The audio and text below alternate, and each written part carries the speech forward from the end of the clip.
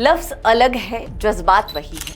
भाजपा कहो या कांग्रेस, बात वही है। नमस्कार, मैं सुनैना कश्यप और आप देख रहे हैं KH लाइव हिमाचल। सरकारें आती है और जाती है, मगर जो स्थिर रहते हैं वो होते हैं उनके वादे।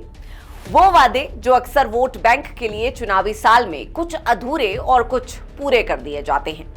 गिनाने के लिए ऐसे वादे कई होंगे जो ना जयराम सरकार में पूरे हुए और ना ही सुक्खू सरकार में, मगर आज बात उन वादों की करेंगे जो सुक्खू सरकार ने अपने 5 साल के कार्यकाल में पूरे करने हैं। 2.5 साल का कार्यकाल पूरा हो चुका है और 2.5 साल का कार्यकाल बाकी है। अब सरकार अपना वादा पूरा करे न करे, मगर हम अपना वादा पूरा करेंगे। पिछले कल हमने कहा था कि हिमाचल दिवस के मौके पर सीएम सुक्खू जो घोषणाएं करेंगे, हम उनका विश्लेषण करने की कोशिश करेंगे। ऐलान कई किए गए, मगर कर्मचारियों पेंशनरों को 3% डीए का ऐलान चर्चा में बन गया। सवाल यही है कि क्या ये काफी है? इसी सवाल के इर्द गिर्द घूमेगी हमारी आज की ये चर्चा। हिमाचल प्रदेश के 78वें स्थापना दिवस पर मंगलवार को सीएम सुखविंदर सिंह सुक्खू ने किलाड़ में आयोजित राज्य स्तरीय समारोह में कर्मचारियों को 3% डीए का ऐलान किया। सीएम ने पांगी घाटी में सरकार की बीते 2 साल की उपलब्धियों को गिनाया। पांगी की पात्र महिलाओं को 1500 रुपए की 3 किश्तें एक साथ जारी करने की घोषणा की। पांगी के साच में तहसील बनाने की घोषणा की और ऐसे ही पांगी के साथ साथ प्रदेश के लिए बहुत सी योजनाओं की घोषणाएं की। अब इन घोषणाओं पर गौर करना इसलिए भी जरूरी है क्योंकि प्रदेश की आर्थिक स्थिति किसी से छिपी नहीं है। हिमाचल प्रदेश कर्ज के पहाड़ पर है। ऐसे में इन योजनाओं के लिए पैसा आएगा कहां से, यही सवाल सुक्खू सरकार से अक्सर पूछा जाता है। और अब भी प्रदेश की वित्तीय स्थिति की बात होती है तो उसमें कर्मचारियों की देनदारियों का हवाला जरूर दिया जाता है। ऐसे में अब तक सवाल यही उठ रहा था कि इस आर्थिक संकट में सुक्खू सरकार जब माननीयों के वेतन भत्तों में वृद्धि कर सकती है तो फिर प्रदेश के कर्मचारियों के लंबित डीए और एरियर देने में कहां समस्या है। हाल के बजट सेशन में भी राज्य के कर्मचारियों ने अपने लंबित 13% डीए और एरियर के भुगतान को लेकर अपनी आवाज बुलंद की थी। कर्मचारियों का 13% डीए सरकार के पास पड़ा है, जो 4% 1 जुलाई 2023 से, 4% 1 जनवरी 2024, 3% 1 जुलाई 2024 से, 2% 1 जनवरी 2025 से देने को है।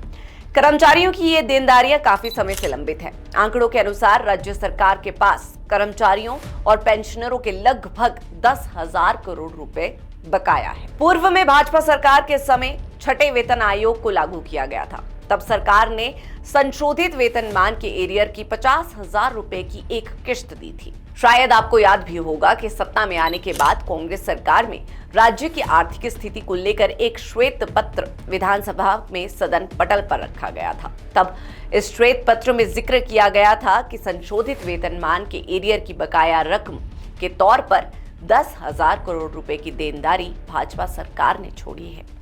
पूर्व जयराम सरकार के समय की महंगाई भत्ते की किश्त का एरियर इन वर्गों को नहीं मिल पाया, जो कि जुलाई 2022 का था। उस दौरान सरकार ने 4% डीए देने का आदेश जारी किया, मगर इसका एरियर देने को अलग से अधिसूचना जारी करने की बात कही थी, मगर मिली जानकारी के अनुसार वो आदेश अब तक जारी नहीं हुए। जबकि वर्तमान सरकार ने 1 जनवरी 2023 का 4% डीए अब कर्मचारियों और पेंशनरों को दे दिया है। हालांकि इसमें भी अभी एरियर साथ नहीं दिया गया है। ऐसे में कर्मचारी अब भी एरियर का इंतजार कर रहे हैं।